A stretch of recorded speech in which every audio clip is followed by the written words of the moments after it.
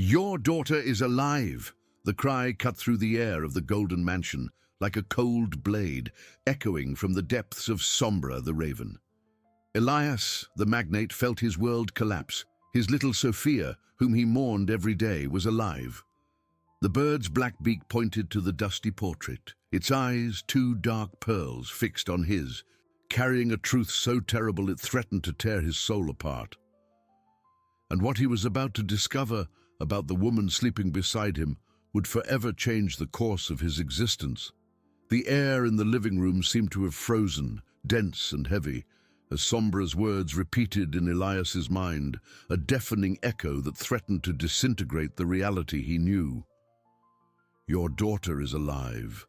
Elias staggered, his hands trembling, and had to lean on the golden frame of Sophia's portrait, the girl with bright eyes and a mischievous smile he believed he had lost forever. Tears, long refused, now welled up, hot and painful, but different from tears of grief. They were tears of confusion, of a cruelly ignited hope, and of a chilling terror that began to settle in.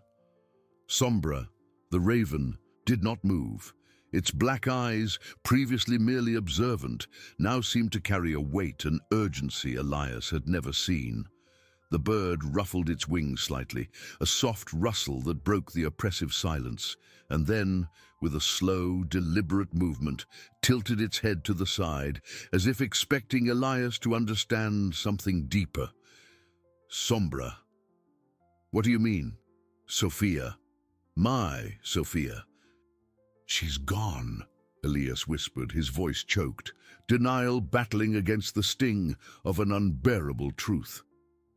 He extended a trembling hand, almost afraid to touch the bird, as if Sombra were a herald of madness. The raven, however, stepped forward on its perch, approaching Elias's hand. It gently brushed its beak against the magnate's fingers, a gesture of affection and persistence. And then, once more, with crystal clarity, it repeated, "Alive! Sophia! Alive!" The insistence, the way Sombra looked at him, was not that of an animal repeating random sounds. There was intention, an urgent message Sombra seemed desperate to convey. Elias felt a shiver run down his spine. His rational mind screamed that it was impossible, that grief was driving him mad, that a bird couldn't know such a thing. But his heart, that wounded organ hungry for any trace of his daughter, clung to that spark of possibility with overwhelming force. He knelt, his body heavy with pain and disbelief, and stared into Sombra's eyes. "Where, Sombra? Where is she?" The question was a lament, a desperate plea. The raven, as if understanding the depth of Elias's anguish, flew from its perch and landed on the marble floor, walking towards a discreet door that led to the back of the mansion, to a rarely used service area. It stopped there, turned and looked at Elias, then at the door, and then back at Elias, repeating the gesture. There was no doubt Sombra was indicating a path. A wave of icy fury began to replace Elias's despair. If Sombra was right, if Sophia was alive, then the woman he loved, his daughter's mother, had orchestrated one of the cruelest hoaxes imaginable. The image of Helena, his wife, with her serene smile and eyes that seemed to hide secrets, invaded his mind. He remembered her calculating coldness, the way she had overcome Sophia's grief so quickly, focusing on her business and public image. Elias rose, the pain in his chest giving way to an iron determination. If there was the slightest chance Sophia was alive, he would move heaven and earth to find her. And if Helena was involved, she would pay. The truth, no matter how monstrous, would be unearthed. The truth, no matter how monstrous, would be unearthed. With his heart pounding in his chest, Elias took the first step towards the discreet door Sombra had indicated. Every muscle in his body felt tense, ready for battle, but also for the pain the truth might bring. The dark wood of the door, once just a forgotten detail of the decor, now seemed like a portal to an abyss of secrets. He hesitated for an instant, his hand hovering over the cold doorknob, the fear of finding nothing, of having his hope crushed again, almost paralyzing him. But the image of Sophia, her mischievous smile, her contagious laughter, propelled him forward.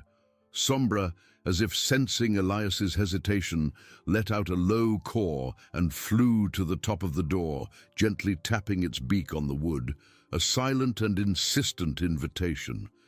Elias took a deep breath, closed his eyes for a second, and then turned the doorknob. The door creaked open to a damp darkness and a smell of mold and abandonment. There was no light, only a narrow corridor, which seemed to stretch into the unknown.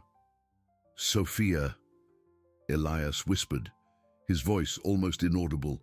He fumbled along the wall for a light switch, his fingers finding only the roughness of old plaster. Sombra flew ahead, disappearing into the darkness, and Elias felt a chilling dread. What if it was a trap? What if Helena was behind everything, watching him? The idea was grotesque, but the seed of distrust had been deeply planted. He took his cell phone from his pocket, turning on the flashlight.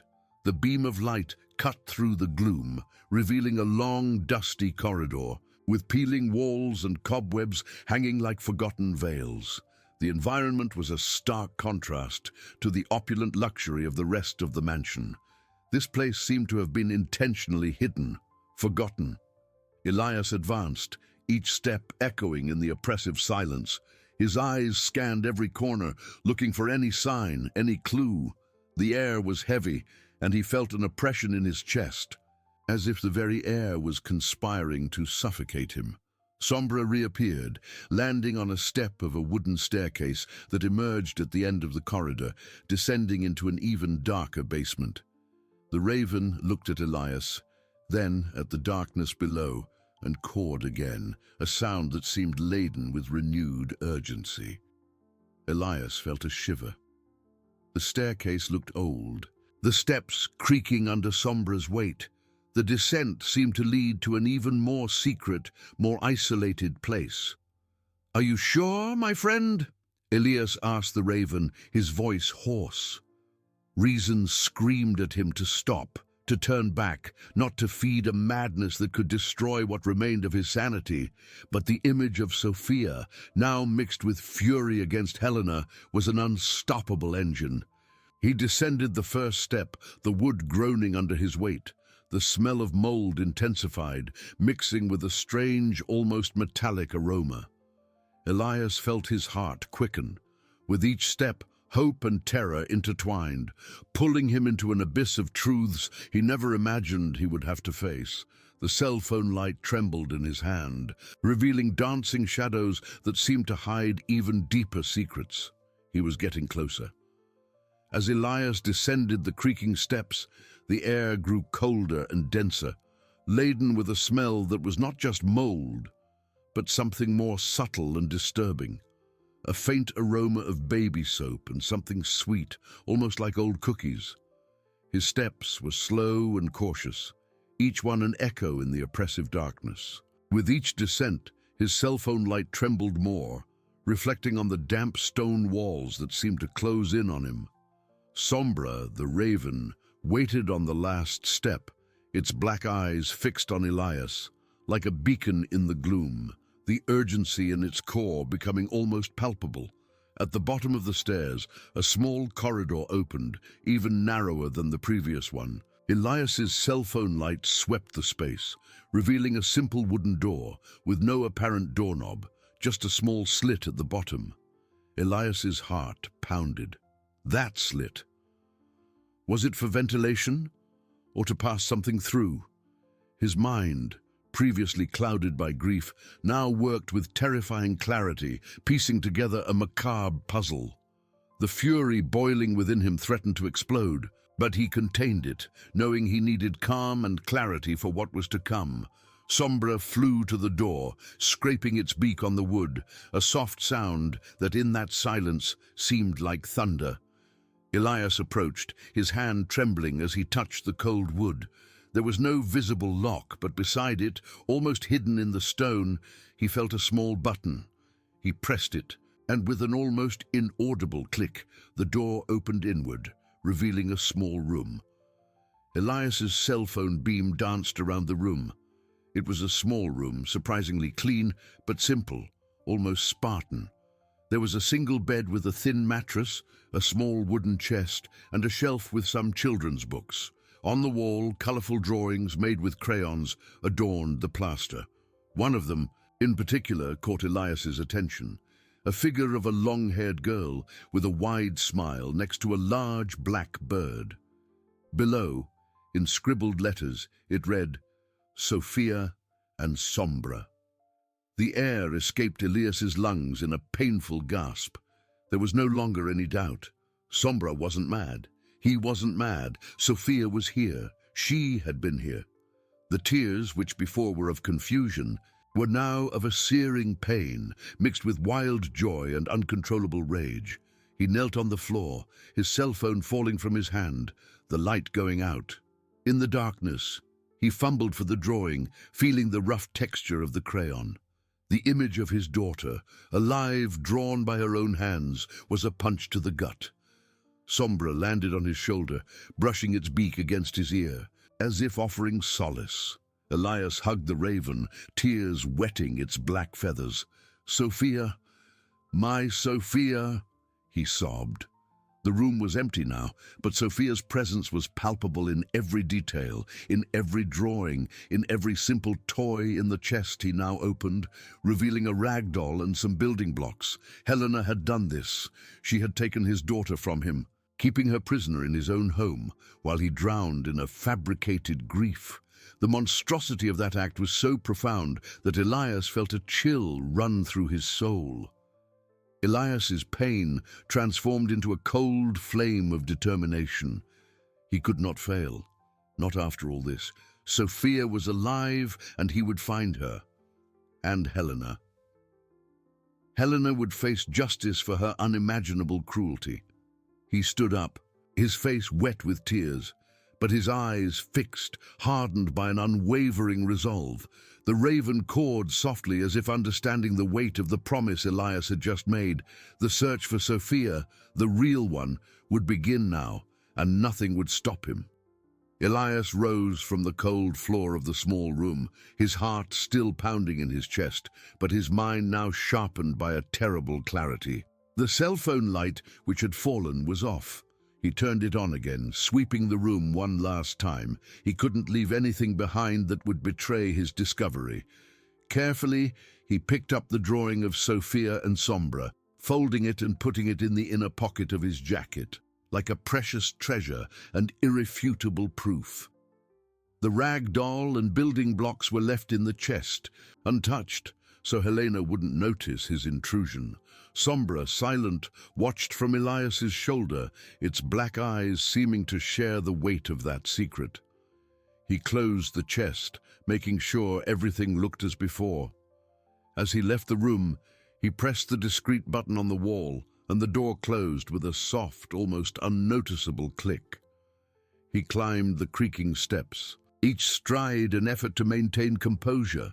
The fury consuming him was an icy fire burning within, but he knew he needed to be cautious. Helena was cunning, and any false move could put Sophia in even greater danger. Back in the main corridor, Elias took a deep breath. The air of the mansion, once a refuge, now seemed suffocating, impregnated with lies. He needed to act with discretion, like a ghost in his own home. First, he needed to ensure Helena suspected nothing. He headed to his office, where he had spent much of the night since Sophia's death, pretending to work. It was the perfect pretext to isolate himself and begin his investigation. In the office, Sombra landed on its usual perch, and Elias sat at the large mahogany desk. He opened his laptop, but his eyes didn't see the numbers and reports. His mind was on Sophia. He began reviewing the mansion's security records, focusing on the days before and after the supposed accident that led to his daughter's death. Helena had insisted on deactivating some cameras in the service area and at the back of the house, claiming privacy and maintenance. At the time, Elias, blinded by grief, hadn't questioned it. Now, every detail seemed like a cry for alarm. With each passing minute, the image of Helena smiling, comforting him, while his daughter was imprisoned just a few meters away, became more unbearable. How could she? How could she look into his eyes and maintain such a cruel charade? The pain of betrayal was almost as great as the pain of loss. He felt a lump in his throat, but refused to cry. Not now. There was a mission, a promise to fulfill. Hours passed. The sun began to peek over the horizon when Elias heard light footsteps in the corridor. The office door opened, and Helena appeared wearing a silk robe with a soft smile on her lips. "Still awake, my love. I thought you were sleeping," she said, her voice mellifluous. Elias forced a smile, his heart beating erratically.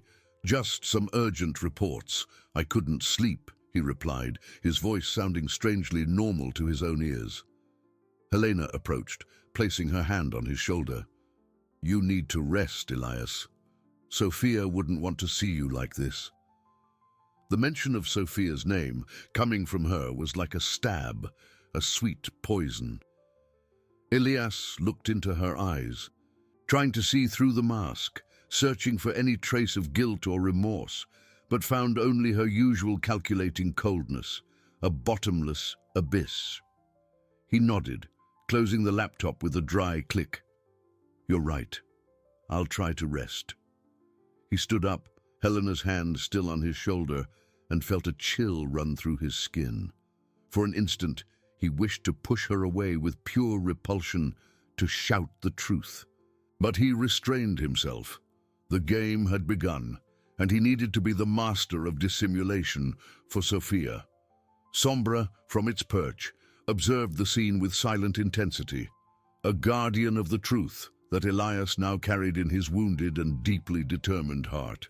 Elias felt the cold touch of Helena's hand on his shoulder, a sensation that once brought him comfort, but now only repulsion. He nodded, closing the laptop with a dry click, and stood up. The woman leaned in, placing a light kiss on his forehead, a gesture Elias endured with a mask of weariness. "Try to get some sleep, my love. You look exhausted," she murmured, and Elias merely nodded, watching her leave the office, her silk robe fluttering softly as she moved down the corridor. Only when he heard the distant sound of the main bedroom door closing did Elias allow his facade to crumble. He staggered back to the chair, his body trembling not from exhaustion, but from a contained rage so intense it seemed to burn his veins. Sombra, from its perch, let out a low caw, almost a lament, and Elias extended his hand, allowing the raven to brush its beak against his fingers. "She's a monster, Sombra," he whispered, his voice choked with pain and disbelief. "How could I have been so blind?" Guilt hit him hard, a painful blow for not having realized the charade sooner, for having cried for a daughter who was alive, imprisoned in his own home. The dawn light began to tint the sky with rosy hues, but for Elias, the world seemed to have plunged into an even deeper darkness. He could no longer afford to mourn. Sophia needed him. She needed his strength, his clarity. He composed himself, determination hardening his features. From that moment on, every step, every word would be part of a meticulous plan.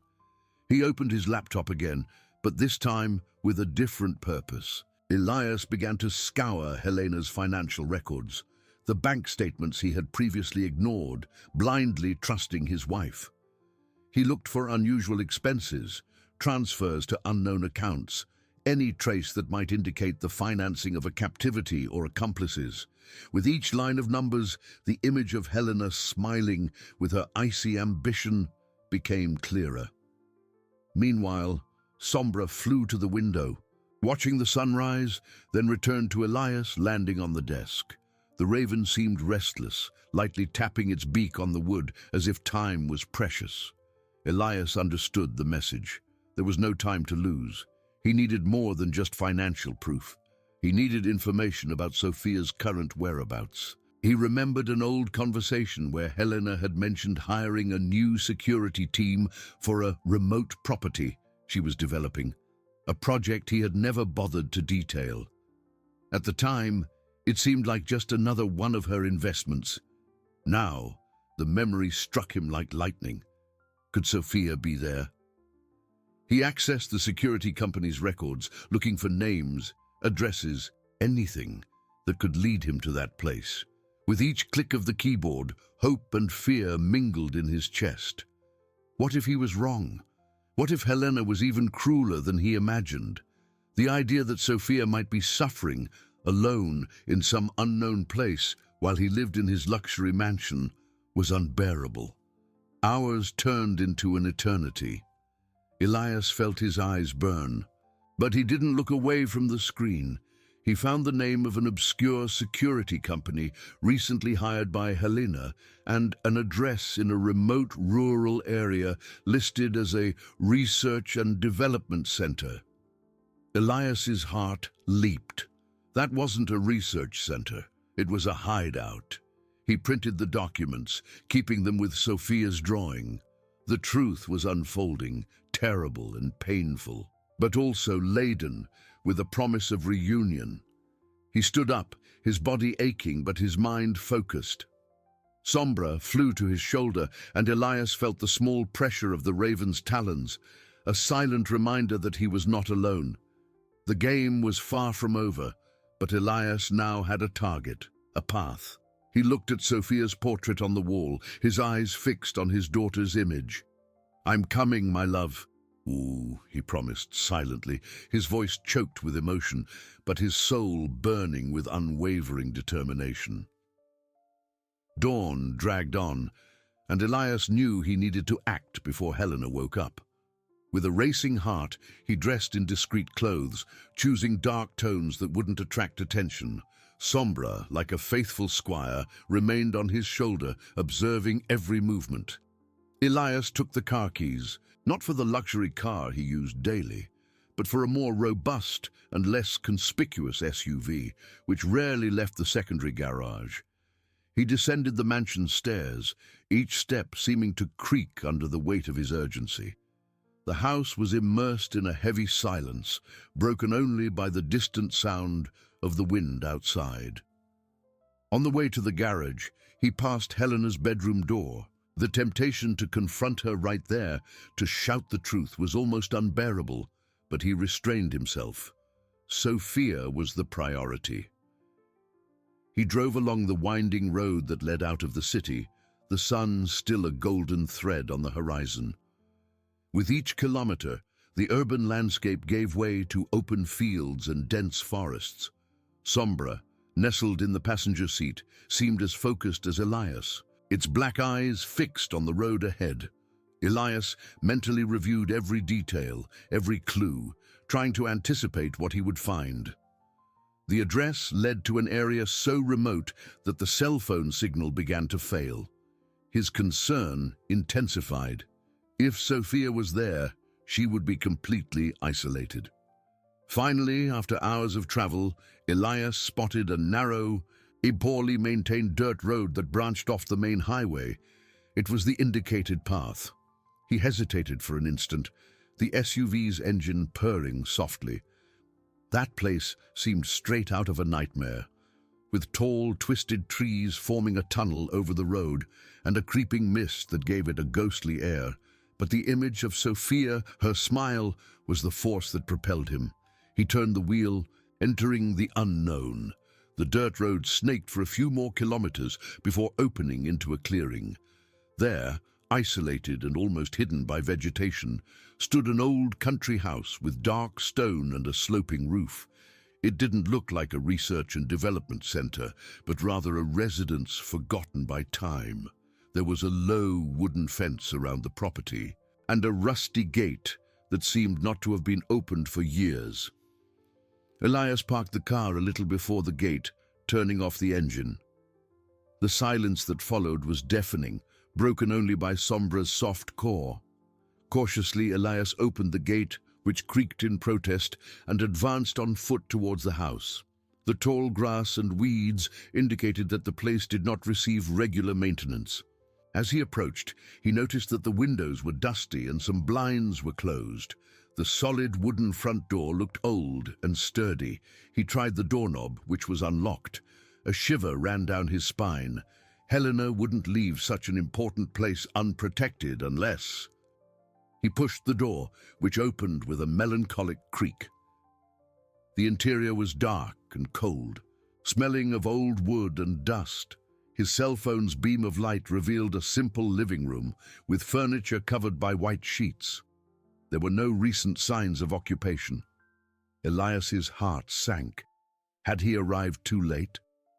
Sombra flew from his shoulder, circling the room before landing on one of the covered sofas, its black eyes fixed on Elias, as if encouraging him to continue. Elias searched the rooms, one by one. The kitchen was empty, the cabinets dusty. The upstairs bedrooms were equally unoccupied, with unmade beds and bedding that seemed to have been left in a hurry. In one of the rooms, however, he found something. On the floor, near the window, there was a small teddy bear with a faded ribbon around its neck. Elias recognized it immediately. It was Sophia's favorite teddy bear, the one she never let go of. He picked it up, tears blurring his vision. Sophia had been here, but where was she now? Frustration and despair began to overwhelm him when, suddenly, a soft sound coming from downstairs made him freeze. It wasn't the wind. It was a murmur followed by a faint shuffling of feet. Elias clutched the teddy bear to his chest and descended the stairs slowly, his heart pounding. He approached the kitchen from where the sound seemed to come. Peeking through the crack in the door, he saw a figure bent over the sink, an elderly woman with grey hair washing a cup. She seemed frail, but her movements were methodical. Elias entered the kitchen, and the woman turned abruptly. Her eyes wide with surprise and fear. She dropped the cup, breaking it on the floor. "Who are you? What are you doing here?" she asked, her voice trembling but with a hint of defiance. Elias raised his hands in a gesture of peace. "My name is Elias. I'm looking for my daughter Sophia. She was here, wasn't she?" The woman stared at him, her eyes teary, and a sob escaped her lips. "The girl. Little Sophia. She's gone. They took her away, the mistress. She said it wasn't safe here anymore." The turning point had arrived, unexpected and painful. Sophia wasn't there, but the woman, a witness, was. Elias felt a mix of relief and dread. "Who took her? Where to? Please tell me," Elias pleaded, his voice hoarse, Sophia's teddy bear still in his hand, a symbol of his hope and his pain. The woman, with a look of deep sadness and hesitation, pointed to a small diary on the table, her fingers trembling. She left a note, in case someone came, asking. Elias rushed to the table, his heart pounding. Elias rushed to the table, picking up the worn diary. He opened it, finding a folded note. His eyes scanned the words. "Mrs. Clara, if anything happens or you are forced to leave, take Sophia to the Almeida country house near the Blue Lake. Say it's for special treatment. Trust no one but Mrs. Almeida. Helena." Elias looked up at the elderly woman, huddled. "Mrs. Clara?" he asked. "Are you Mrs. Clara?" She nodded, teary-eyed. "Yes, that's me. I took care of little Sophia. She's an angel." Tears streamed down her face. "The mistress said Sophia needed treatment, but I knew it was a lie. The girl was healthy." She looked at the teddy bear in Elias's hands. She never let go of it. "She said it was a little piece of you, sir." "When was she taken? Who took her?" Elias asked. 2 days ago, Clara replied. 2 big men in the mistress's security uniforms. They took her in a dark car. I tried to stop them, but they said it was her order. I was so scared for Sophia." She sobbed. Elias approached, his hand on her shoulder. "Don't worry, Mrs. Clara. You did what you could, and you helped me. I will find Sophia." He looked at the note. "Almeida Country House, near the Blue Lake." The name Almeida resonated. Helena had mentioned friends with properties in the region. "Do you know where that house is?" Clara wiped her tears. "Yes, sir. It's an isolated property at the end of a dirt road past the fisherman's village. Mrs. Almeida is a peculiar woman." "Did they say when Sophia would be taken there? Or why the change?" "No, sir. Just that it wasn't safe here anymore and that the treatment would continue there. Sophia cried a lot. She asked to wait for you, to say she loved you." Clara looked at Elias with a plea. "Please, sir, save the girl. She needs her father." Sombra on Elias's shoulder cawed. Elias clutched Sophia's teddy bear. His determination was deep and unwavering. "I will, Mrs. Clara, I swear I will," Elias promised. "Do you have somewhere to go?" Clara shook her head. "No, sir, my family is far away. I have nowhere to go." Elias thought quickly. "I will arrange a safe place for you far from here, where Helena won't find you. Then I will go after Sophia." He took out his wallet, pulling out a card. "This is my lawyer's number. He will come to pick you up. Tell him I sent you." The woman looked at him with gratitude. "May God bless you, sir, and Sophia too." Elias felt hope ignite. He turned, Sombra on his shoulder, ready for the next stage of the journey. With hope ignited, Elias turned, Sombra on his shoulder, ready for the next stage. The sun was already high when he left the isolated house, his heart heavy with Clara's story, but alight with the new clue. Mrs. Clara, with tears in her eyes, waved in gratitude as Elias handed her the lawyer's card. "He will help you," Elias assured, his voice firm. She nodded, clutching the card like a treasure. Elias knew that for Sophia he needed to be quick and cunning. Back in the SUV, Sombra flew to the passenger seat, black eyes fixed on Elias, sharing the urgency. Elias started the engine, feeling the vehicle's vibration. The dirt road, once a path to disillusionment, was now a portal of hope. He replayed Clara's words. Almeida House, near the Blue Lake, past the fisherman's village. The Almeida name belonged to Helena's acquaintances.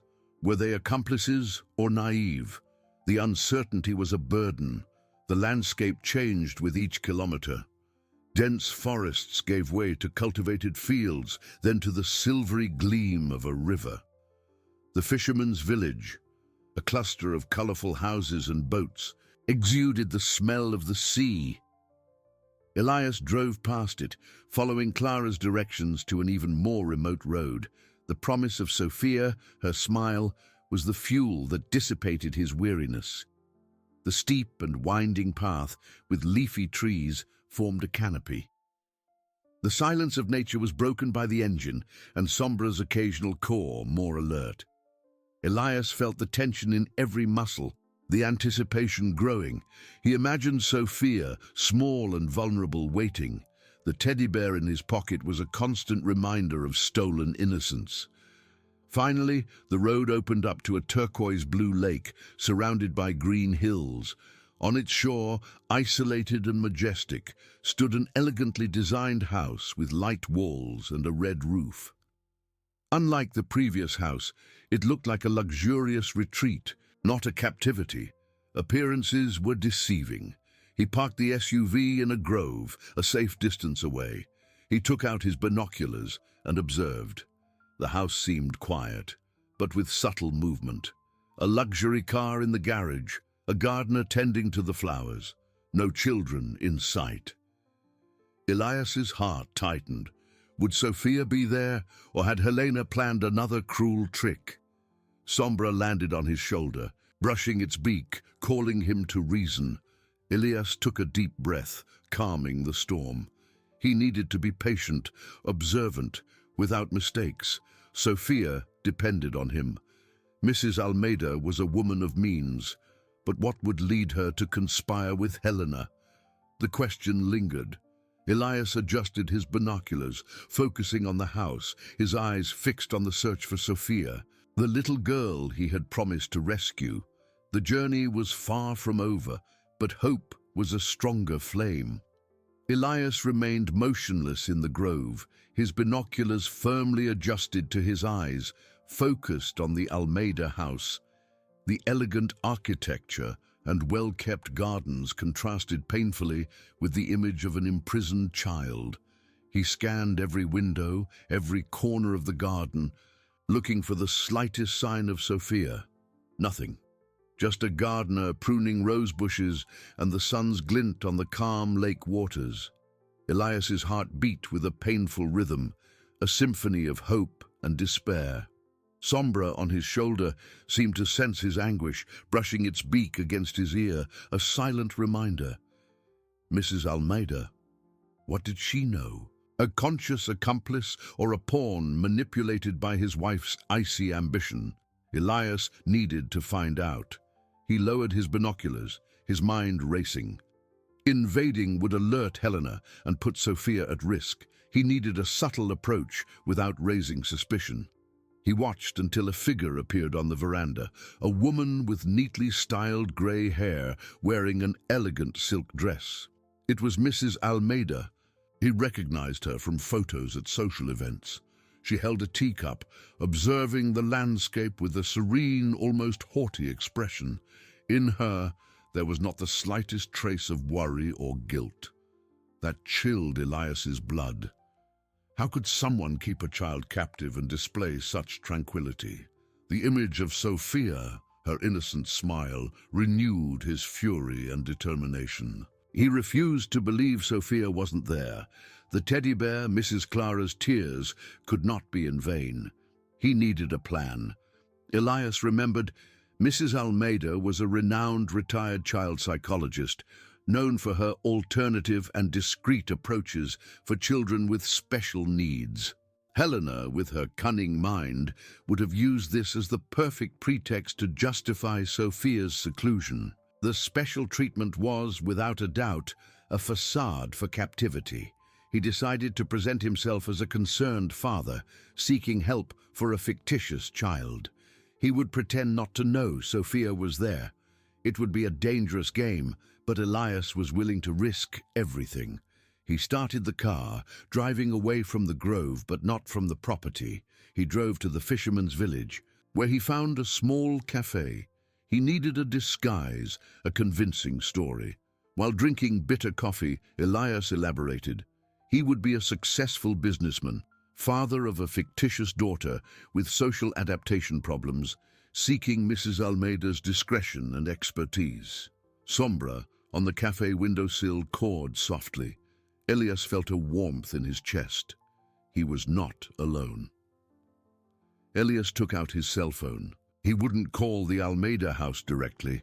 That would be obvious. He searched for Mrs. Almeida's old office in the city, finding a phone number. An answering machine picked up. Elias left a message, his voice sounding calm and controlled, despite the storm within him. My name is Elias. I was recommended to Mrs. Almeida for her discretion and experience. I have a delicate situation with my daughter and would like a consultation. Please contact me. He hung up, cold sweat trickling down his forehead. The bait was cast. Now it was a waiting game. Every minute would be an eternity. He knew Helena was cunning and that Mrs. Almeida could be an ally or an enemy, but Elias was determined.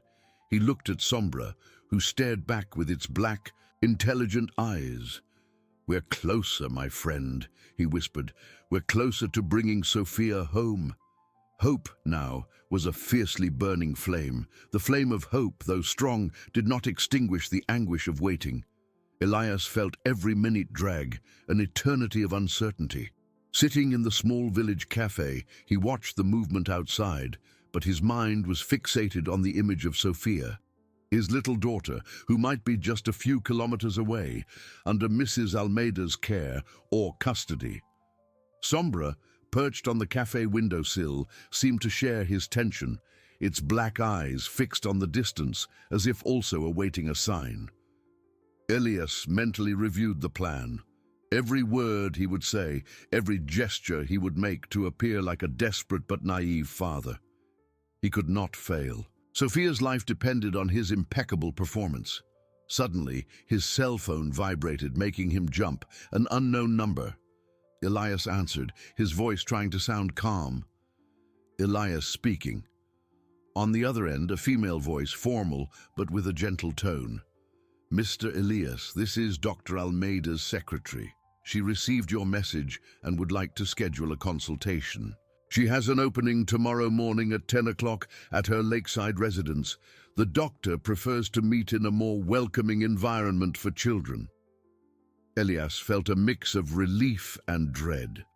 The plan was in motion. Perfect, he replied, his voice a little hoarser than he would have liked. I'll be there. I appreciate the opportunity. He hung up the phone, his heart pounding in his chest. Tomorrow, so close, yet so far. He needed to be prepared, not just with the story, but emotionally. Seeing Mrs. Almeida being so close to Sophia would be a test of his restraint. Sombra flew to his shoulder, brushing its beak against his neck as a reminder that he was not alone on this journey. Elias stroked the raven's dark feathers. We're almost there, my friend, he whispered.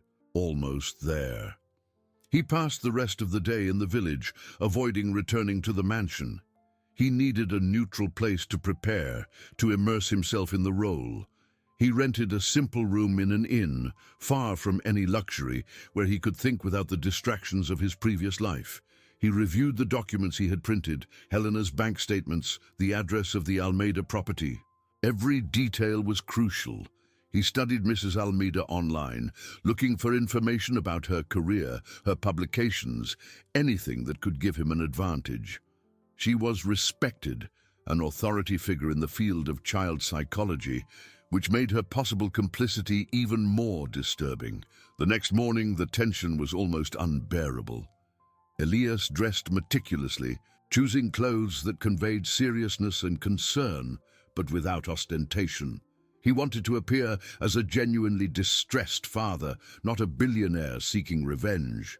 Sombra, on his shoulder, seemed like a silent guardian. Elias drove back to the Almeida house, the discreet SUV gliding along the dirt road. With each curve, the landscape became more familiar, and the lakeside house appeared on the horizon, imposing and serene. He parked in front of the wrought-iron gate, which opened silently at the touch of an intercom. A stone path led to the main door. Elias got out of the car, Sophia's teddy bear still in his pocket, a talisman for his mission. Sombra flew from the car, landing on a nearby tree, observing. Elias rang the doorbell. The door opened, revealing a middle-aged woman wearing a maid's uniform. She smiled politely. "Good morning, sir. Dr. Almeida is waiting for you in the living room." Elias entered, the scent of fresh flowers and polished wood filling the air. The house was elegantly decorated, with artworks and books. In the living room, Mrs. Almeida awaited him. She stood up upon seeing him, extending her hand. Her eyes were penetrating, assessing, but her smile was welcoming. "Mr. Elias, it's a pleasure to meet you. Please, have a seat." Elias shook her hand, feeling the firmness of her grip. He sat down, preparing for the most important game of his life. The search for Sophia was about to enter a new phase, and he needed to be impeccable.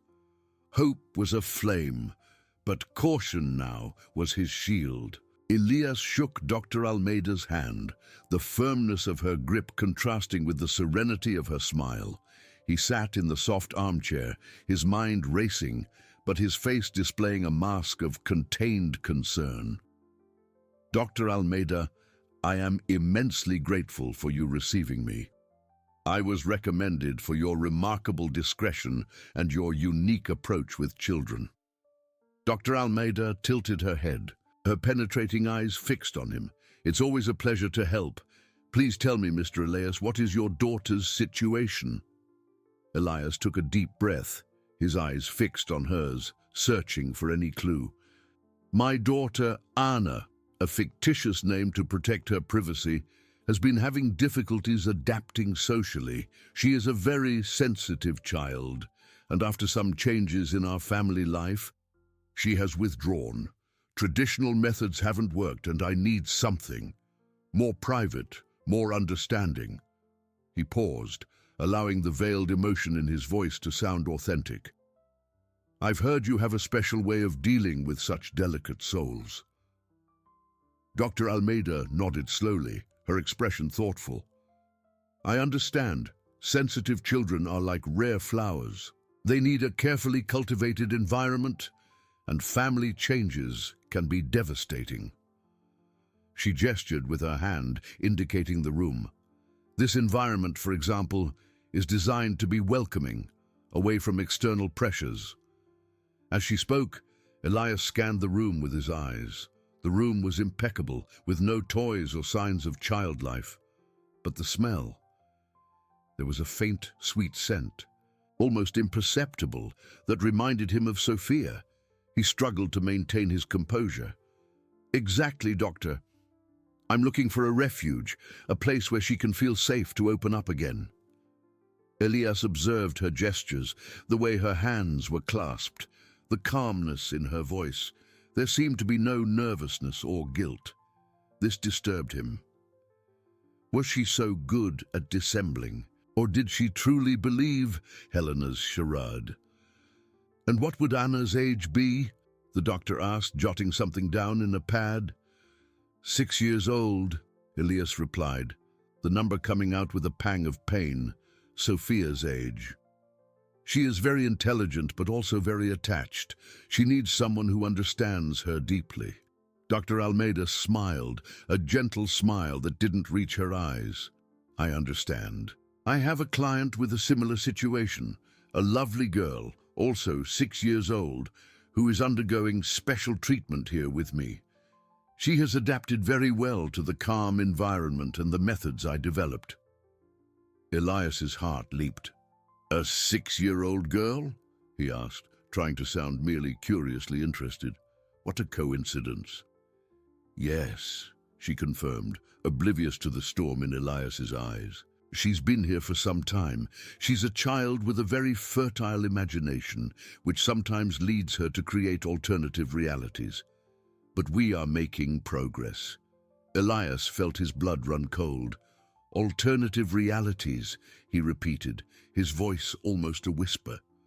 It was the perfect excuse for Helena. Helena must have said that Sophia invented things, that she needed to be treated to forget her father. The cruelty was unimaginable. He needed to see Sophia. "Doctor, I would very much like to better understand your methodology. Perhaps I could see the environment where this child is, to get an idea of what it would be like for Anna." Elias risked, his gaze pleading. Dr. Almeida hesitated for an instant, her eyes assessing him. "Normally, we maintain the privacy of our patients, but I understand your concern. I can show you some common areas. The girl is in her room now, resting." "I am immensely grateful," Elias said, standing up. He followed her down the corridor, each step a hammer in his chest. The sweet scent intensified. They passed an ajar door. For a fraction of a second, Elias saw it. A small bed, a colorful blanket, and on the floor near the window, a drawing of a raven, Sombra. Elias stopped, his breath caught in his throat. It was her. Sophia was there. Dr. Almeida, noticing his pause, turned around. Elias quickly composed himself, forcing a smile. "What a cozy room." Dr. Almeida smiled, closing the door softly. "Yes, it's one of our most sought-after rooms. The girl loves to draw. She has an imaginary friend, a raven, which she insists on drawing." Elias felt a wave of fury and relief. Sophia was alive, and she was there. The climax of his search was before him. He needed to act, and fast. Caution transformed into fierce determination. He looked at Dr. Almeida, his eyes now a well of resolve. "Doctor, I need you to tell me the truth about this girl, now." His voice was low, but charged with an authority that brooked no argument. "Doctor, I need you to tell me the truth about this girl, now." Elias's voice, low, carried unquestionable authority. Dr. Almeida paled, her gentle smile fading. Her eyes showed fear. She recoiled. "Mr. Elias, I don't understand." Elias took a step forward. "Captivity? I know Sophia is here. I saw the drawing of my raven. Helena faked our daughter's death to manipulate me. Are you an accomplice or were you deceived?" Dr. Almeida trembled, her hands to her face, revealing deep distress. "Deceived, Mr. Elias. Completely. Helena approached me months ago, claiming Sophia had problems, that she created fantasies. She presented false documents. I believed I was helping a child. Helena threatened me, saying she would destroy my career and that Sophia would suffer if I told anyone." Her voice was a whisper of guilt. Elias felt fury and relief. The truth was unfolding. "Where is she, doctor? Take me to my daughter." Dr. Almeida pointed to the door. "She's in there. She was always a sweet child. She spoke of Daddy and her magic raven. I'm so sorry, Mr. Elias. I should have been suspicious." Tears streamed down her face. Elias didn't wait. He opened the bedroom door, his heart pounding. The sweet scent was unmistakable. Sophia was sitting on the bed, hugging the teddy bear. Her eyes widened. A small cry of joy escaped. "Daddy!" Elias ran, kneeling beside the bed.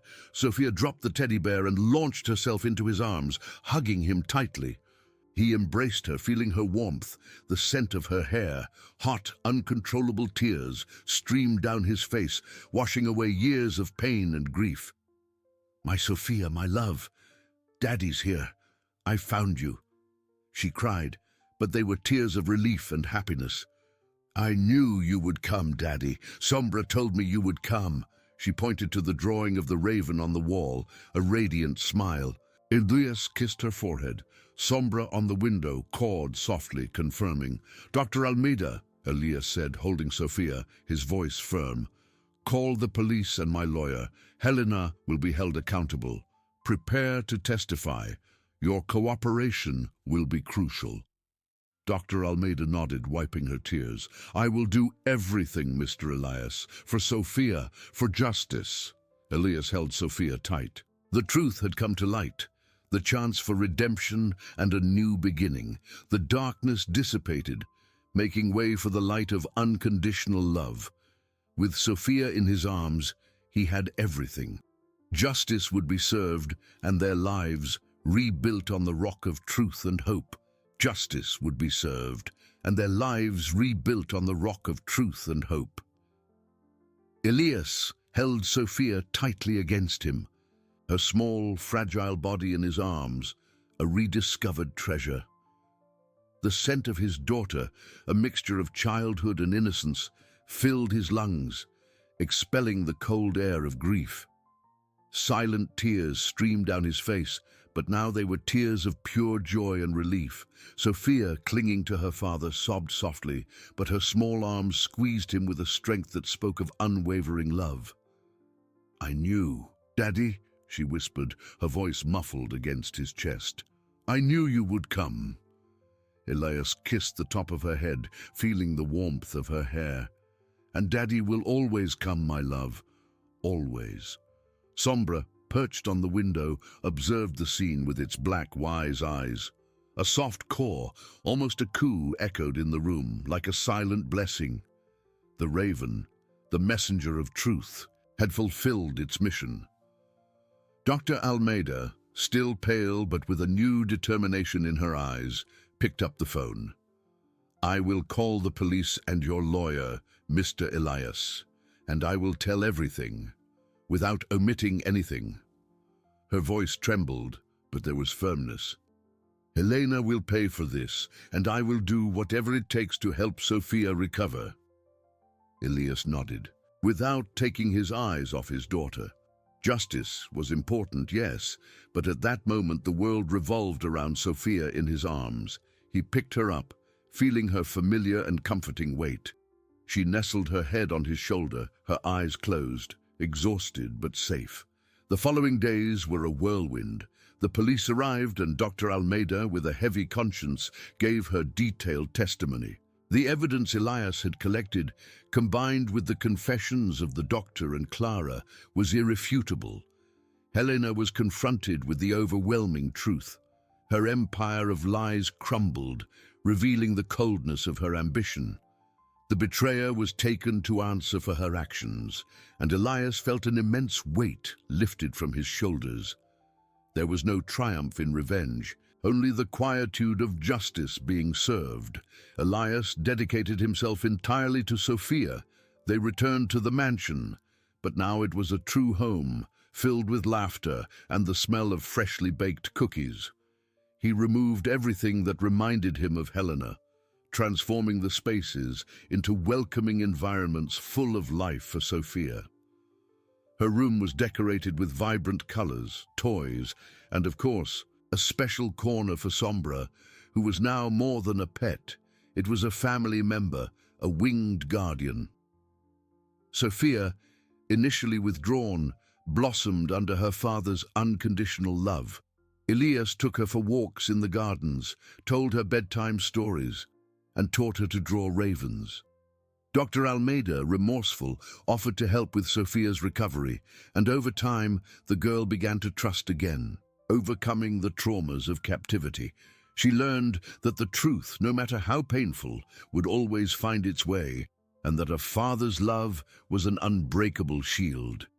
Elias's life, once drowned in grief and deception, was rebuilt brick by brick on the foundations of truth and human connection.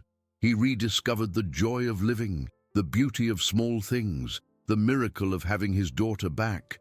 Sombra, always nearby, was a constant reminder that hope can emerge from the most unexpected places, and that loyalty and love are the greatest forces in the universe. Elias and Sophia, father and daughter, united by an unbreakable bond, looked to the future with the certainty that together they could overcome any challenge under the bright light of a new and true life.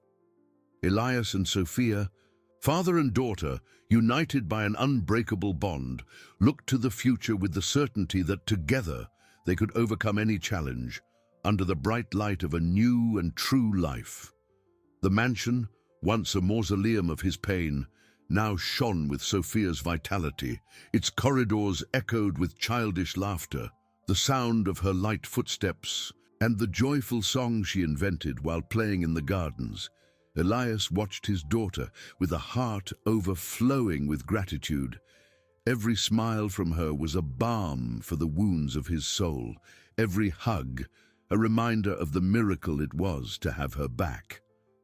Sophia, though still bearing the emotional scars of captivity, blossomed with admirable resilience. Dr. Almeida, now a friend and mentor, continued to guide her with gentleness and wisdom, helping her process her fears and rebuild trust. Elias was always present. His firm hand and loving gaze were Sophia's safe harbor. He took her to school, where she, initially shy, began to make friends, sharing stories and drawings of ravens. Sombra, the faithful raven, was a constant presence. He not only lived in the mansion, but had become a symbol of truth and courage. Often, Sophia would find him in her room, perched on the window, watching her draw or read. She would talk to him, telling him her secrets and dreams, and Sombra would respond with soft caws, as if understanding every word. Elias had changed. The billionaire, once consumed by ambition and then by grief, now found his greatest wealth in simple moments. Breakfast with Sophia, evening walks, bedtime stories. He re-evaluated his businesses, delegating more responsibilities and dedicating himself to social projects that supported vulnerable children, a silent tribute to his own journey. His fortune, once a burden, became a means to do good, to spread the hope he had rediscovered. Helena's absence was a wound that healed, but was not forgotten. Justice had been relentless, and her name, once synonymous with power, was now synonymous with shame. Elias felt no pleasure in her downfall, only the certainty that the truth, however cruel, needed to come to light for healing to begin. He forgave himself for his blindness, for the pain he had allowed to consume him, and embraced the new chance life offered him. One day, as Elias and Sophia planted new rose bushes in the garden, Sombra flew low, landing on Sophia's shoulder. She laughed, stroking its feathers. "Look, Daddy, Sombra came to help us." Elias smiled, a genuine smile that lit up his entire face. He knelt, embracing Sophia and the raven. In that instant, under the golden sun, he understood that life was a garden, and that with love, patience, and truth, even the deepest roots of pain could give way to flowers of hope. The journey had been arduous, but the reward, the joy of having Sophia in his arms and peace in his heart, was worth every step. They were a family, rebuilt, stronger and truer than ever, and Sombra, the winged guardian, watched, knowing its mission was complete and that the future, for Elias and his little Sophia, would be one of pure light and love. With each new dawn, the promise of a happy day was renewed, and life in its fullness celebrated the victory of truth and unconditional love.